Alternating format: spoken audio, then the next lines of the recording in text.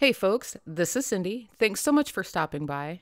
Today we are kicking off a Blog Name Hero Summertime Fun Challenge. And for my project today, where I'm going to be talking about ink blending and Copic coloring, I wanted to share with you how you could use your ink blending to your advantage, and it saves you a bunch of time when you want to create scenes like this and you don't want to put all that work in just simply Copic coloring all of it. Okay, so I'm going to be using the Hero Arts Road Trip stamp set today. I love everything about the stamp set. It really speaks to my childhood, so I was super excited to be able to use it. I like that you could stamp the roads on it if you want. There's the teepee. The bus just slays me. The mountains, I really dig those. I was super excited to be able to use those. It has some sentiments on there that are super fun as well, so I was really excited to be able to use this. I'm also going to be using the Hero Arts Nested Circle Infinity dies, and I'll talk about that more here in just a moment. You could easily stamp a card front with the same technique that I'm going to show you here today. However, I needed an envelope for a gift, so that's why I decided to use this.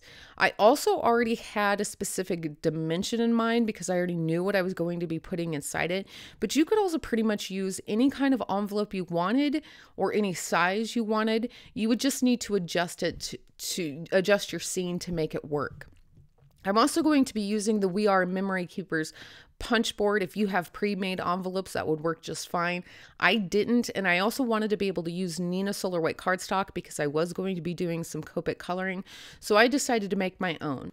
So as I said, this is Neenah Solar White cardstock. It is 80 pounds. I have it cut down to 6.5 inches by 6.5 inches.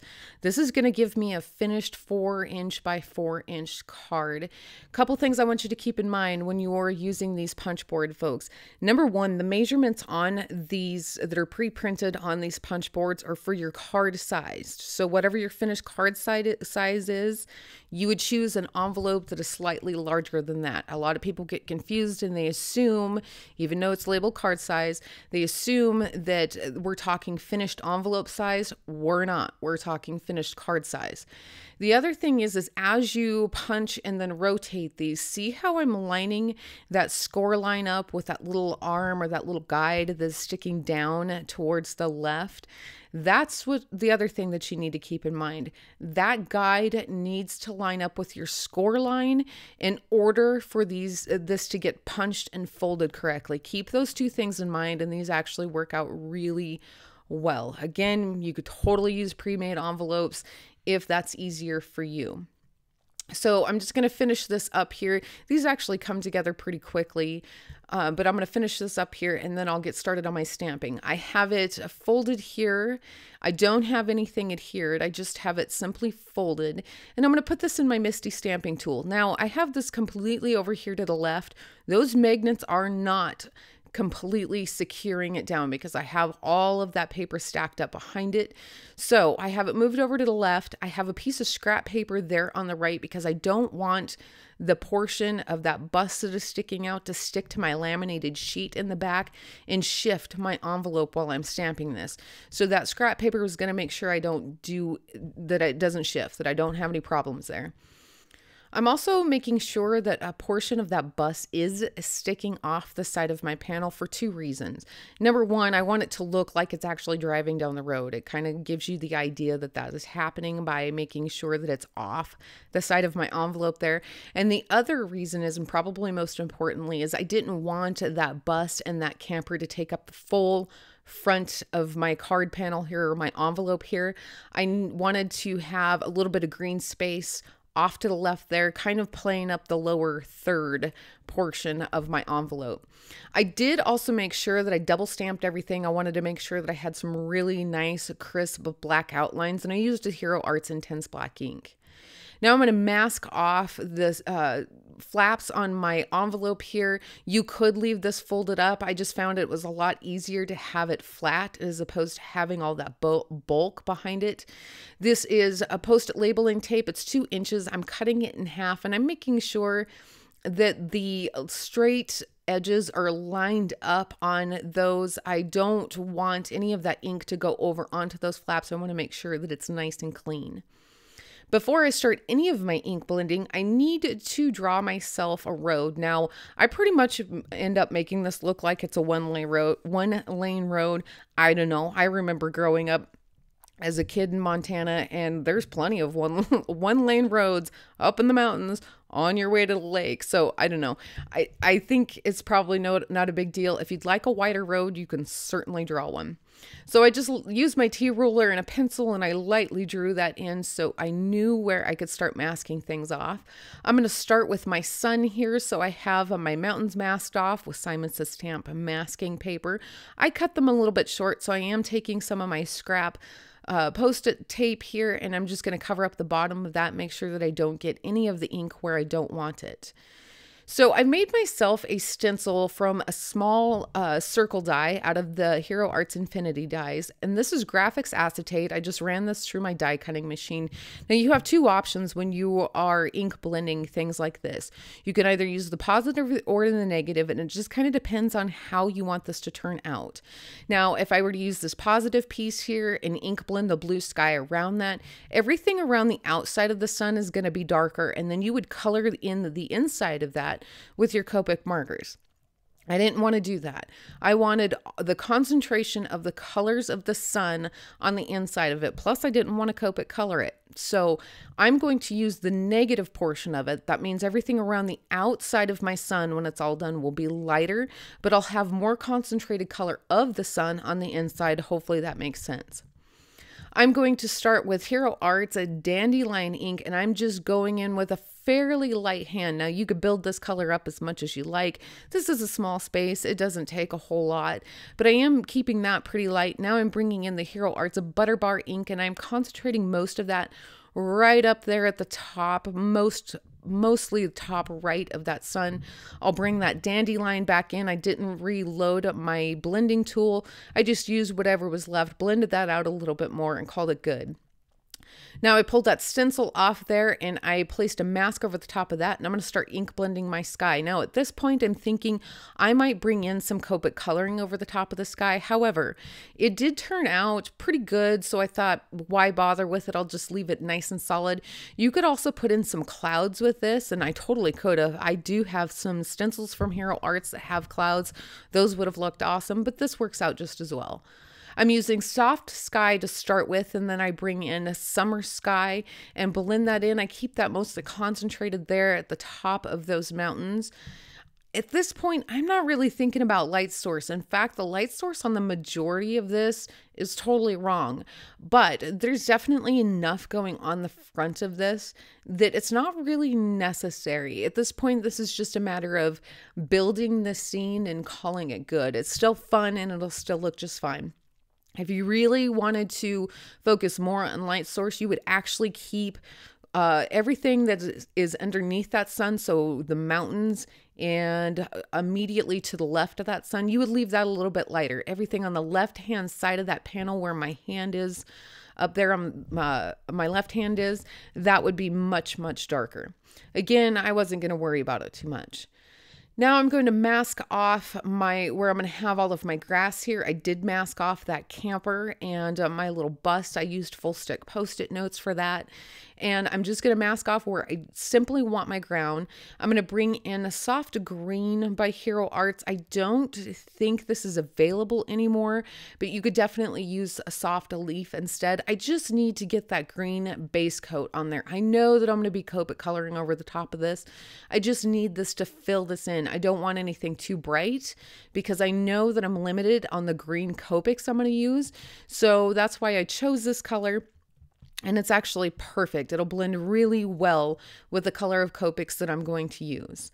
I moved that mask down below the other side of the grass. This would be immediately at the bottom of my envelope here. And then I'm going to call it good for the ink blending, and now I can start Copic coloring. So I'm going to start with my mountains because those are really easy. And I'm going to bring in the C0, C3, and C5. Now at this point, I gotta be honest, folks, these were the only colors I knew that I was going to use. Outside of that, the rest of this, I actually wing it, but we'll talk about that here more in just a moment. So I'm starting with my C5. This is my darkest shadow color, and I'm going in those areas where one mountain meets up with another. And then at the tops of those mountains, I'm looking for any area that actually kind of bows up or goes up in the air. And I'm just lightly drawing in a light line. In some cases, I kind of make it more of a triangle. This is kind of sketchy. They're not perfectly straight lines. They're not super smooth. I'm making them jagged on purpose because that's what a mountain would look like. They wouldn't have those stark straight lines. So I'm really playing that up. Now I'm going to bring in a C3 and I'm going to add a few more lines here and there where I hadn't any of the C5 before, but then I'm also blending out that C5. Now I do have this sped up for the sake of time. This actually took me, I don't know, probably about an hour and a half, maybe an hour and 45 minutes to do this whole thing. And most of that was spent on the grass. However, I needed to kind of get this video down again to a more manageable viewing experience. So I did speed this up. That being said, these mountains really don't take long at all.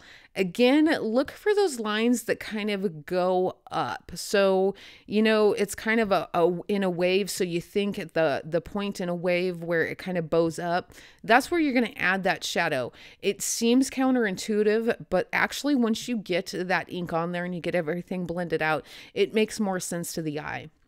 After I had that C3, I blended everything out with that C0. I am bringing in a C00. I'm going to smooth that out a little bit more. It still looked a little bit more stark than what I wanted to. You could actually skip this C00. The green in that grass is dark enough and that blue is dark enough that you could have left, you could leave those mountains just a little bit darker and it would be just fine. I was just a little concerned that it would have been too dark, a little too stark, and they would have stuck out more than what I wanted. So these trees were stamped with the Hero Arts Intense Black ink, and you could absolutely leave these straight black. They would look fine. They're far enough back in the distance that they would probably look black anyways. I just felt like I could afford to bring in a little bit more green. So I just grabbed 2 green markers out of my little cubby. And the ones that happened to be on top were the G29 and the G17 and the G14. Those are greens that I use often, so they were sitting on top, and that's what I did. I took that G29, went straight up the middle of each of those trees, and then I went back through and started bringing them out in the shape of the pre-stamped branches. Once I had all that in, I come in with the G17 and do the same thing. Now at this point, I'm just starting to fill them in a little bit more. Now I'm trying to make sure that they don't look like blobs. I am definitely following the shape of each of the tree. I didn't add a whole lot of that G29. I'm not adding a whole lot of the G17 because I know that I want to bring in, at this point, I know that I want to bring in a little bit more of that G14, kind of brighten it up a little bit. They probably wouldn't be that bright because they are sitting farther back in the distance. I just like the idea of the brightness. So that's why I brought that in. I didn't record any of that. I ended up turning off my camera so you don't get to see it, but I just repeated the same thing that I did with both the G29 and the G17. So before I start coloring in my grass, I actually want to color in my road here. I need to make sure that I have these lines in there so I don't get out of control with my grass. I know me. I would just be all over the place with that grass. So I'm going to make sure that I have my road in here. That's just kind of helps me keep in the lines here. I started with the BV25. I blended that out with the BV23, and then I blended that out with the C3. Now, I chose these BVs because I know that I'm going to be using gray or my cool grays on that camper, and I needed those colors to kind of contrast a little bit, and they do. The BVs are perfect for this. I started with that BV25, but I actually end up bringing in a BV29, blend that out with the BV25. Then I blend that out with a C0 because I want to keep that part of the road that is closest to me quite a bit lighter because I need everything else pushed to the back. So it gives it more of a flat perspective. So it looks like it is moving away from the eye. Now that I have my road done, I can start putting in my grass here. Now, stippling is probably one of the easiest things that you can absolutely do ever. Like, it is so easy. It's a no-brainer. You're just using the tip of your marker, putting down little dots, and kind of filling things in as you go. That's all there is to it. It's just time consuming. It takes a little bit of time, but I love how easy it is, and I love the effect that you get when you do it. So instead of putting in all of the effort to try to draw in blades of grass, I don't think I can do it. So instead of trying to put all that effort in, I can absolutely stipple in all of this grass, and it still gives me the same effect. So I started with my G17. I felt that that was a little too light, so now I'm bringing in that G29. Now these are the same colors as I did with those trees, and it's going to look like they blend in, but once I get done with this, you're going to be able to tell the difference because I do bring in other greens that aren't a part of this blending family. So they have enough contrast in them that the green in the trees is a little bit different from the green of the grass. Started with that G29, and as I add these colors, I want the bulk of that color concentrated in one area, but I do start to bring it down just a little bit in smaller dots. You can kind of see that as I go along here. After the G29, I went to a G14. Again, these are the same colors that I had out with the tree, so I'm going to use these for the grass. Not a big deal. We're just going to keep working on this. Now, see how much farther I'm bringing that down? And as I bring it down farther, I spread it out. I kind of go a little bit more random. So when I move on to my next layer of color, it'll actually blend in with that layer of color. I'm also going over the color above it. So the last color I did, that G14, went right over that G29. It knocks it back a little bit, it blends it in a little bit, and it's a little bit more seamless when you do that. Now I'm bringing in that G24. This is my second to lightest color, and you could see that that G24 has a little bit more yellow in it than what the G17, the G14, and the G29 did. Those are a little bit more on the blue side. This is a little bit more on the green side, so we're kind of using more of a yellow green. And I do end up bringing in a G43 as well to finish filling that in. And again, that adds a little bit more yellowish green to it, so it's a nice complement to those trees. The upside to ink blending is because I already had that base coat of color down with the soft leaf ink or the soft green ink. I actually didn't have to fill in everything. I could allow some of that ink to show through, and it saved me a bunch of time. I also made sure to do some of that stippling alongside of the road there, both at the top and the bottom side of the road. So it kind of hung over a little bit. It blends in a little bit better. Now, again, I do end up bringing in those darker BV colors. That's fine. I can color right over the top of those, and you'll still be able to see where there was some of that stippling down onto the road, kind of like where grass hangs over the edge of a road. That's exactly what I'm thinking. Okay, so I really wanted my little bus here to be in red, and I started with the R20, went to an R22, and then the R24. Now that I'm adding the R24, I realize that it's not quite dark enough, but I feel like I should stay committed to it. So I kind of finished this out with those three colors. Once I get that done, like I said, see how much light there still was on the side of that bus. Now, technically, because this side of the bus and this side of the camper is facing away from the sun, we have the sun at the back side of these two things. These would actually be pretty dark. I'm not at all concentrating on light sources. It doesn't matter. I don't need to take them that dark. I don't need to worry about it, but I do want these to be darker, primarily because I want them to stand out. I loved the idea of having a red bus stand out. So what I end up doing is I end up going in with the R22, then an R24, and then an R27, and darkening that up quite a bit. And I like that a whole lot better. This is really easy coloring. I'm not doing anything fancy. I'm basically just drawing in those just thin straight lines with my darkest color, widen that out a little bit more with my second to lightest color, blend it all out with my lightest color, and call it a day. Now, this camper isn't going to be any different in terms of technique or approach, just really, really simple coloring. I am, however, starting with my C5 to add my shadow color. Now, technically, because I'm adding this line of dark on the top and on the bottom, it would actually make it look like this camper would curve in these two areas a whole lot more. That's fine. I have so many ideas of campers in my head. My parents had an old Airstream when I was a kid, and it actually did have those, if you've ever seen them, they did have those curves in those two places. So that's kind of what I have going on in my head, and that's why I'm adding the shadow there, and it works out pretty good. Again, really simple, easy coloring, not a big deal. I blended that C5 out with the C3, blended that out a little bit more with the C1. Now I'm bringing in that C0 to lighten up the center of that quite a bit. Now you can see the difference between those C markers and our road there, and I haven't quite yet brought in that BV29 that would make it even darker yet, but there's still a nice contrast there between those cool grays and those blue violets. It's perfect. I am going to use these blue violets for the tires. You could use a darker grays if you would like. The only reason why I picked these up and colored the tires in with those is because I was actually getting ready to fix the road.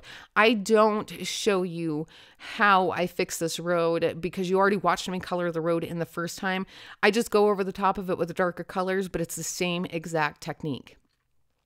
Now I want these windows colored in. I want them to make it look like they're windows. So I just brought in a B00 and a B1 and basically just sketched them in, like literally just sketched them in real quick, called it good. Now I'm going to start adding the finishing details to this. I'm taking a Secura clear glaze pen. I'm going over all of the windows. I go over the centers of those tires. Oh, and I also colored the door in red. I don't know why I didn't record that. Again, nothing fancy there, folks. I really didn't do a whole lot of focus on light source and shading or anything fancy. Now I'm taking my Nuvo Aqua Shimmer pen and I'm completely covering in that sun there because we like shimmery suns. I'm also going over the highlights on those mountains, and that's it. I'm going to call it good with that. You could definitely add more details and embellishments if you would like. I just felt like there was enough going on this envelope. It wasn't necessary for me to do anything more. To secure this envelope, I am going to use some score tape. I believe this is a 1/4 of an inch score tape. I really like this adhesive for envelopes like this. It's nice and secure. It'll definitely hold up to a lot of use. And I always try to keep that in mind when I make envelopes. That way, if the recipient wants to open and close them, or if you need to put something fairly thick inside them, your envelope isn't going to fall apart. So this is perfect for that. I'm adding a strip to the piece that is going to go up there in the center on both sides. I'm also adding adhesive to those flaps on the right-hand side and the left-hand side. So once they're closed, it will stay nice and secure. And that is it. We are done. We are good to go. I love making scenes like this, and I especially love doing interesting out of the box kind of projects like this. I did a gift bag a couple of weeks ago.